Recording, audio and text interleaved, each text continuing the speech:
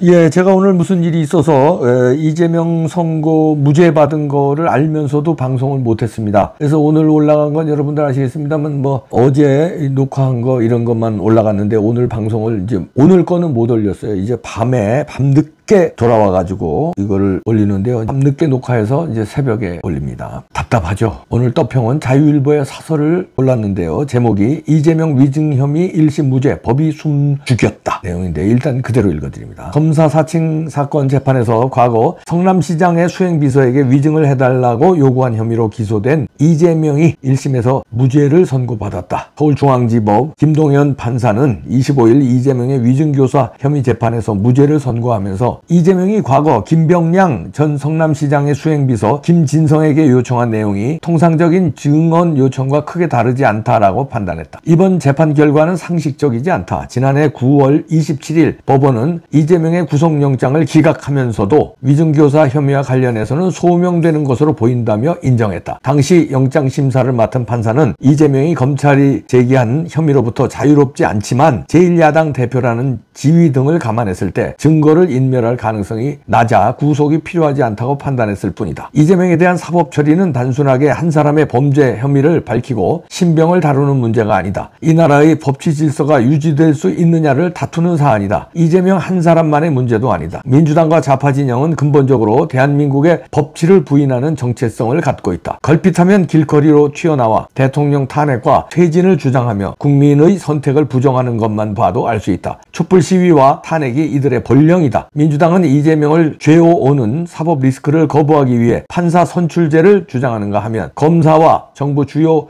부처 책임자들에 대한 탄핵을 남발했다. 가두 시위와 온갖 싸구려 토론회는 기본이고 법원에 대한 국정감사에서 이재명에게 무죄를 선고하라며 노골적인 사법 거래를 시도하기도 했다. 이재명의 위증교사 1심 무죄 선고는 민주당의 협박에 사법부가 굴복한 것 아닌가 하는 의심을 불러일으킨다. 만에 하나 사법부가 이런 외압에 굴복한다면 문제는 심각해진다. 대한민국의 법치 질서가 더 이상 정상적으로 작동하지 않는다는 의미이며 이는 대한민국 체제 자체가 무너져가고 있다는 부정할 수 없는 증거이기 때문이다. 지금도 노골적으로 사법부를 협박하는 이재명과 민주당이 정말 집권이라도 하면 어떻게 될까? 대한민국 사법부가 민주당에게 3번 무릎 꿇고 9번 머리를 조아리게 되지 않을까? 온 국민이 지켜보고 있다는 엄중한 사실을 다시 한번 새겨야 할 것이다. 이렇게 자유일보 사설에서 언론사다 보니까 사설을 이봉규처럼 무식하게 비판할 수는 없겠죠. 정제된 언어로 했는데도 무거움이 느껴지는데요. 사법체제 자체가 무너졌다.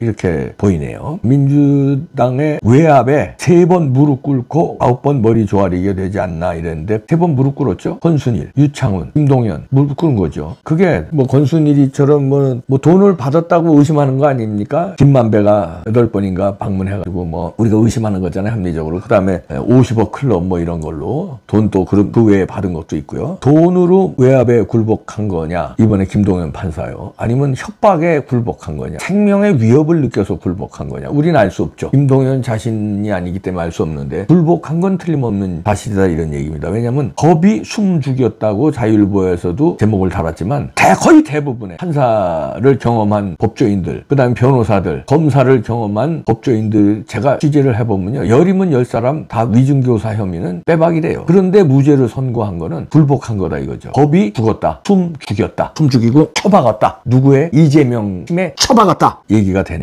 그러면 이제 앞으로가 걱정인데요. 이렇게 해서 나라가 이걸 놔두면 나라가 무너지는 거죠. 법치가 무너지면 나라가 무너지는 거 아닙니까? 근데 이제 놔두느냐 안 놔두느냐 이걸 이대로 김동연을 이대로 놔두고 이런 사법 질서를 이대로 놔두고 민주당의 이 난동을 이대로 놔두고 이재명의 이 조커 같은 행동 그 다음에 이재명의 이 딱 틀어지는 이 리더십 빌런의 리더십을 그냥 놔두느냐 그러면 이제 우리나라는 대한민국 체제 자체가 무너져가고 있다는 거 부정할 수 없는 거라고 자유일보 사설에도 썼는데 문제는 그냥 놔둘 것인가 안 놔둘 것인가인데 이제 안 놔두는 방법은 법적으로는 아직 살아 있습니다. 이제 항소심에서 2심에서 이재명을 이제 구속을 시키고 제대로 된 판단을 내리면 되는 방법. 그 다음에 신진우 부장판사가 다른 재판을 맡고 있잖아요. 위증교사가 아니라 대북송금 맡고 있잖아요. 그 다음에 법카 맡고 있습니다. 거기서 제대로 판단을 해주는 거. 요게 이제 사법부로 막는 거죠. 그 다음에 항소심에서 맡고 신진우한테 기대하고 그 다음에 조희대 대법원장이 이렇게 엉터리로 판단한 김동연 판사를 매년 2월 달인가 법원은 매년 2월이면은 인사이동 기잖아요. 인사가 있잖아요. 그때 조희대 대법원장이 김동연을 좌천시켜야죠. 그런 걸 한번 기대할 수 있어요. 법적으로. 그렇게 크게 세 가지 기대할 수 있습니다. 김동연을 좌천시켜서 뻔때를 보여주고 그 다음에 항소심에서 제대로 된 판단으로 이재명을 심판받게 하고 세 번째는 신진우 부장판사가 수원지법에서 다른 건으로 판단을 제대로 해준다. 대북송금하고 법카하고 우리가 그거 기대할 수 있는 거고요. 두 번째는 이제 국민이죠. 이제 광화문이 뒤집어 엎는 수밖에 없죠. 진짜